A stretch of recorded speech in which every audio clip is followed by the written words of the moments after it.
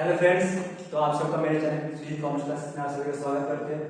और आज हम स्टार्ट करने जा रहे हैं BCom semester 6 FRFSA financial reporting and financial statement analysis, जिसका एक अंडर में एक चैप्टर आता है रेशियो एनालिसिस। आज हम इस चैप्टर को सीखेंगे और इस चैप्टर में क्या कैसे क्या करना है सब कुछ ए टू जेड आपको डिटेल में बताएंगे, ठीक है। और मेन बात यह है कि अभी तक जो बंदा या बंदी या फिर जो स्टूडेंट जो बोल रहा है बोलिए, अगर अभी तक क्लास ज्वाइन नहीं किए हैं तो उन लोगों के लिए ये कॉमर्स क्लासेस बिल्कुल उपलब्ध है। आइए वीडियो देखिए, शेयर कीजिए दोस्तों में, और यहाँ से आपको जो सिखाया जा रहा है उसके बाहर से कुछ भी नहीं आएगा। पूरा जो हम बता देंगे उसके बाहर से एग्जाम में नहीं पूछेगा, कंफर्म लिख के देते हैं। मतलब लिख के नहीं देते, मतलब आप समझ सकते हैं कि हाँ, लेकिन जो बताएंगे वो एकदम आएगा ही आएगा, उस टाइप का ही समझ आएगा। तो आज हम स्टार्ट करने जा रहे हैं रेशियो, ठीक है। Basics to get financial statement and financial position of a company, यानी कि क्या करते हैं शॉर्ट टर्म और लॉन्ग टर्म में फाइनेंशियल पोजीशन को बताता है कि कंपनी का फाइनेंशियल पोजीशन कैसा है, ठीक है। इसका टाइप है आपका नंबर 1 लिक्विडिटी रेशियो, इंपॉर्टेंट है एग्जाम के लिए, इससे समझ आता ही है। नंबर 2 सॉल्वेंसी रेशियो, मतलब ये चारों इंपॉर्टेंट ही है, ऐसा नहीं मतलब चारों ये है कि ये ज्यादा दिखता ही रहता है। एक्टिविटी रेशियो भी इंपॉर्टेंट है। सॉल्वेंसी रेशियो तीसरा हो गया आपका एक्टिविटी रेशियो, इसको हम टर्नओवर रेशियो भी बोल सकते हैं, टर्नओवर रेशियो, टर्नओवर रेशियो। और लास्ट हो गया आपका प्रॉफिटेबिलिटी रेशियो। तो ये हम लोग को 4 रेशियो पढ़ने हैं, लिक्विडिटी, सॉल्वेंसी, एक्टिविटी और प्रॉफिटेबिलिटी रेशियो। ये 4 के बेस पे हम लोग को पूरा आपका रेशियो कंप्लीट हो जाएगा। और ये 4 कभी कभी आपको जो 5 मार्क्स के लिए देगा वो नॉर्मल इजी वाला देता है, लेकिन जो 15 मार्क्स का आएगा स्पेशल फॉर ऑनर्स स्टूडेंट, उन लोगों के लिए थोड़ा सा तगड़ा क्वेश्चन बनता है। तगड़ा भी है, अगर समझ में आए तो कोई तगड़ा नहीं है, कोई हार्ड नहीं है। तो आप लोगों को थोड़ा ध्यान देना। और ये 4 ज्यादा ये 4 है, और इसमें सिर्फ रेशियो को अगर याद है, फॉर्मूला बेस पे अगर फॉर्मूला याद है तो आप समझ कर सकते हैं। तो अभी जो 4 टाइप्स और आपको बताया है, उसमें से सबसे पहला जो है लिक्विडिटी रेशियो, इसके बारे में पढ़ने हैं। इसके अंदर में बहुत सारा रेशियो है। सबसे पहला आपका करेंट रेशियो, दूसरा आता है आपका लिक्विड रेशियो, जिसको हम लोग क्विक रेशियो और एसिड रेशियो के नाम से भी जानते हैं, ठीक है। Number 3 cash position ratio, number 4 absolute liquidity ratio, और लास्ट आपको कैश डिफरेंस रेशियो, ठीक है। इसको हम कैश इंटरवल रेशियो भी बोल सकते हैं, कैश डिफरेंस रेशियो, ठीक है। अच्छा, सबसे पहले यहाँ पे क्या रहेगा करेंट रेशियो। एक करेंट रेशियो का फॉर्मूला क्या है, क्योंकि हमने कुछ दिन पहले आपको बताया कि पूरा रेशियो आपका क्या है, फॉर्मूला बेस्ड। अगर आपको फॉर्मूला याद है तो आप इस पूरा चैप्टर को एकदम इजी वे में कर सकते हैं, एकदम कितना भी टफ से टफ पेपर को आप इजी बना सकते हैं रेशियो का। अगर रेशियो का फॉर्मूला अगर सही से याद नहीं करना, बस समझ लेना है। देखिए हम बता रहे हैं, सबसे पहले current ratio number 1 current ratio, इसका फॉर्मूला क्या होगा,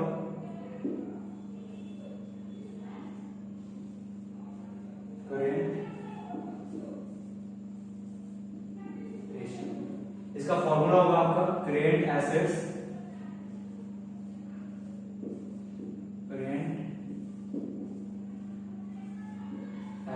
divided by current liability, current.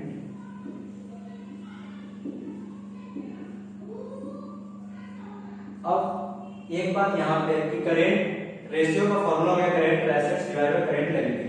अब ये करेंट एसेट्स में क्या क्या होता है, करेंट लायबिलिटी में क्या क्या होता है, ये भी मेरे को जानना पड़ेगा। नहीं जानेंगे तो फिर हम कर नहीं सकते समझ। तो नॉर्मली करेंट एसेट्स में होता क्या क्या है, stock, debtors, bills receivable, cash and bank, short term investment, ये सब आ सकता है करेंट एसेट्स में। करेंट लायबिलिटी में क्या क्या आ सकता है, क्रेडिटर्स, बिल्स पेबल, और क्या क्या आ सकता है आपका outstanding expenses, short term loan, short term provision, ये सब आ सकता है करेंट लायबिलिटीज में, ठीक है। मतलब करेंट उसको बोलते हैं जो विद इन ईयर, मतलब एक साल के अंदर का जो, चाहे वो एसेट्स का बात करें चाहे लायबिलिटी का बात करें, ठीक है। हम देखो लिख दे रहे करेंट एसेट्स में क्या क्या आ सकता है। मेनली जो आ सकता है एग्जाम में जो लिखता है वही लिखे, सारा क्वेश्चन नहीं लिखे, ठीक है। सबसे पहला स्टॉक, इसको हम लोग डेटर से बोल सकते हैं, सॉरी स्टॉक, इसको हम इन्वेंटरी भी बोल सकते हैं, इसको क्लोजिंग स्टॉक भी इसी को बोलते हैं, ठीक है। डेटर्स,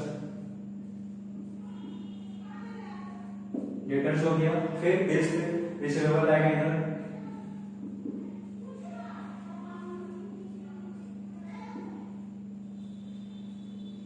बिल्स रिसीवेबल, एंड एक और ऐड करते हैं कैश एंड बैंक, जो कि हमेशा दिखता है, ठीक है। Cash at bank. यही मेनली आपको चार दिखेगा, या फिर कभी बार प्रीपेड एक्सपेंस भी दिखता है, उसको भी ऐड करते हैं। ठीक है, प्रीपेड एक्सपेंस, प्रीपेड एक्सपेंस। ठीक है, ये आपको मेनली दिखता है करेंट एसेट्स में सम्स बनाने का टाइम। ठीक है, ऐसा और भी चीज है, आप लोग एक बार देखिएगा, मिलेगा भी। क्रेडिट लायबिलिटी, इसमें मेनली क्या क्या आ सकता है? Creditors,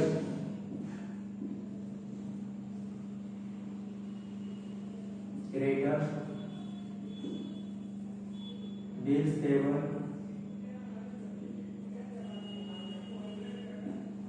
creditors, bills payable, outstanding. इसमें ज्यादा नहीं आएगा, दो तीन और आउटस्टैंडिंग लिख लेते थे। Outstanding expenses, bank overdraft, bank loan, ये सब आ सकता है। Short term loan, bank overdraft, यहाँ पे एटीसी ऐड कर दो, यहाँ पे एक्सेट्रा ऐड कर दो। ठीक है, यानी कि करेंट एसेट्स में आपका stock, debtor, cash at bank, bills receivable, prepaid expense, ये सब दिख सकता है एग्जाम में। ऐसे तो और भी करेंट एसेट्स में बहुत तरह के होते हैं, करेंट लायबिलिटी बहुत तरह के होते हैं, लेकिन हम लोग को पढ़ने मतलब सम्स बनाने के टाइम क्या क्या लग सकता है? Creditors, bills payable, outstanding expense, bank overdraft. ठीक है, ये हो गया करेंट रेशियो का formula. Number 2 liquid ratio, liquid ratio यानी नंबर 2 लिक्विड रेशियो। अभी लिक्विड रेशियो का फॉर्मूला क्या होगा? अभी तक जो हम लोग लिखे हैं current assets divided current liability, इसका कुछ सिमिलर टाइप का ही फॉर्मूला होता है। हम शॉर्ट में लिखे करेंट एसेट को CA, current assets minus bracket start कीजिएगा क्योंकि यहाँ पे डबल माइनस हो रहा है, स्टॉक और प्रीपेड एक्सपेंस को अगर माइनस कर ले, prepaid expense divided by current liability को सीए लिख रहा हूं, current liability minus bank overdraft, bank overdraft. इसका फॉर्मूला क्या होगा लिक्विड रेशियो का? Current assets minus stock minus prepaid expense. Question में 90% टाइम आपको प्रीपेड एक्सपेंस नहीं दिखता है, जहां दिखेगा लेंगे, नहीं दिखेगा वहां पे नो। ठीक है, current liability minus bank overdraft,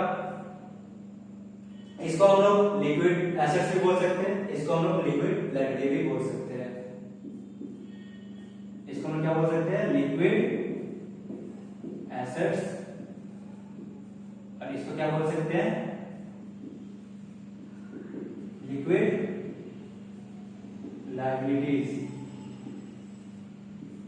number C क्या हो गया? सी आप हो गया कैश पोजीशन रेशियो,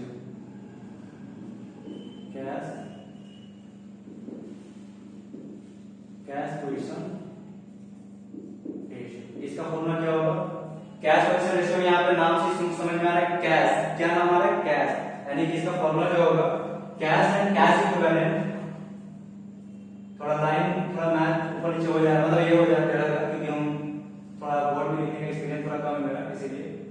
बट आप लोग मैनेज कीजिए क्योंकि इतना अच्छा, भले ही आपको क्वांटिटी खराब मिल सकता है बट क्वालिटी मिलेगा। क्वांटिटी में पता नहीं क्या है, क्या क्या लिखा हुआ नहीं पता मेरे को, बट क्योंकि क्वांटिटी नहीं बोर्ड है अच्छा नहीं कुछ है, लेकिन क्वालिटी मिलेगा, टीचिंग क्वालिटी मिलेगा। तो इसलिए सब्सक्राइब करना सुजीत कॉमर्स क्लासेस को। ठीक है, सबसे पहले फॉर्मूला लेते हैं। सबसे पहले फॉर्मूले से क्या होगा? Cash and cash equivalent. इतना और ये नाम पढ़े कि हम लोग नाम अच्छे से याद रखेंगे। Cash and cash cash equivalence divided by क्या बोल रहे हैं यहाँ पे? कैश पोजीशन रेशियो, यानी कि cash and cash total asset divided by total assets. अभी टोटल एसेट्स कैसे निकलता है ये तो आइडिया हो गई आप लोगों को। Fixed assets plus current assets equal to total assets. Number 4 यानी कि डी में क्या है? एब्सोल्यूट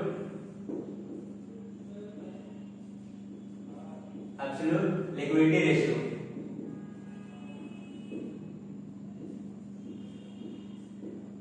मेरा राइटिंग थोड़ा छोटा है, थोड़ा आप लोग राइटिंग पे फोकस कीजिएगा तो आपको टीचिंग क्वालिटी ही मिलेगा।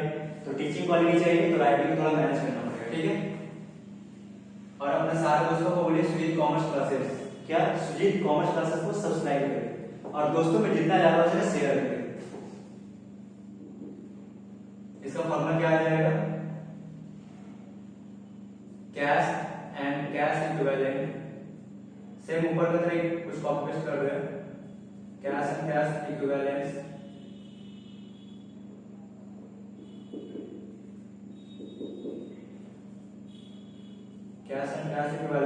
Divided by quick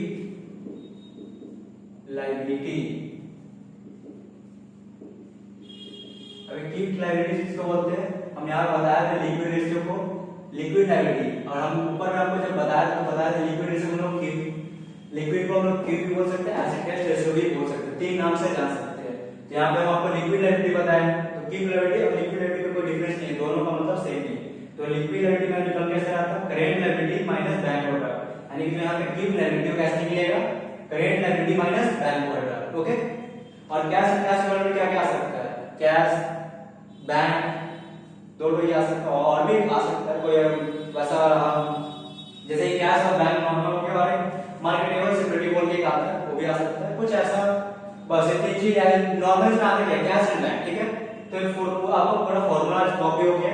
next class में आपको फर्स्ट यानी कि लिक्विडिटी का इस बेस पे हम सम्स करवाने वाले हैं। ठीक है, आज के लिए इस क्लास के लिए इतना ही रखते हैं।